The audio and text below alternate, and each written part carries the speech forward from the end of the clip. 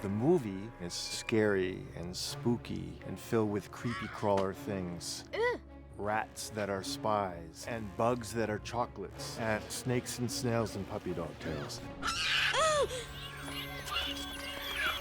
I have a messy box of rats, and this is kind of how I worked.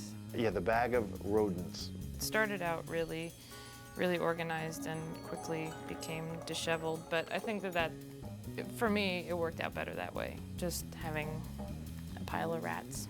I don't like rats at the best of times. They're not cute, lovable rats. These are awful, creepy little rats. The biggest challenge with them is probably also, I think, what sold them as a presence on a screen was their tails. Tails need to be animated. They need to curl around, they need to slither, they need to be tracked and smooth, and they all need to do it. And that probably did drive me crazy on a few days, because they're just, you know, these little curves and keeping a curve flowing and all this stuff when there's 25 of them, sort of greyhounds with worms following them. Because they're creepy and evil, they always had these little kind of crooks in it. A little bit of squareness in a curve is creepy. Makes them kind of menacing, like you wouldn't want to mess with a whippy rat tail. They didn't get to have a full fluffy coat.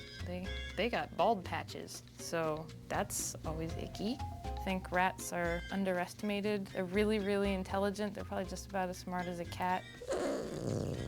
They have great potential, rats.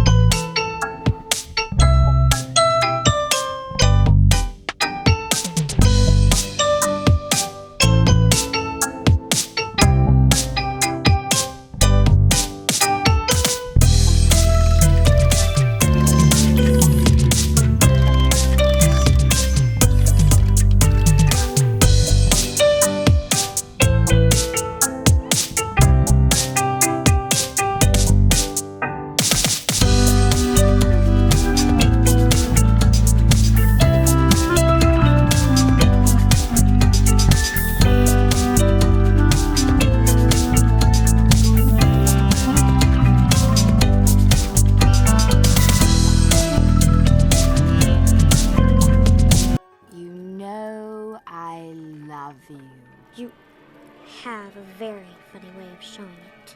The other Mother 3 character, we always knew that her skirt was going to be a challenge because she starts off as this very tall, slender supermodel kind of proportion woman, and then she sort of stretches out into more of a creature. Apologize at once. These are a bug collection that influenced us in the making of the other Mother 3. Yes, they are real bugs. I'm really gagging. That's disgusting. We looked at them for texture and the way the light reflects off them and the pattern on this bit of them, their wings at the back. This particular one was the biggest influence on the pattern for the other Mother 3. From that, we worked out how we were going to get the print of all of these panels coming from the carapace. It's all based on this sort of design here. Ooh, creepy. Check out Slugzilla!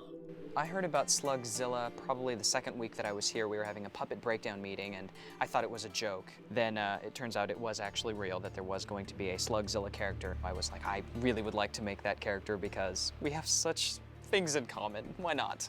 This is Slugzilla, and it's made with lead wires and different types of silicone.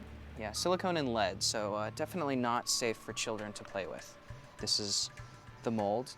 I just do it layer by layer, like I'll do the spots first, and then I'll do the hood, and then I'll do the base coat, and then I'll lay the armature in, and then I'll put the rest of the material in on both sides, make sure there's no air bubbles, slam it shut. When it comes out of the mold, this is just a wonderful slimy material. It's a silicone, it's translucent silicone. As you brush it on, even though you get brush strokes, it'll smooth out, so then it ends up just looking like glass. You don't want to put it on in big, huge gobs, because it's gonna drip down, and then I'm done. So he's slimy and almost ready for his close-up.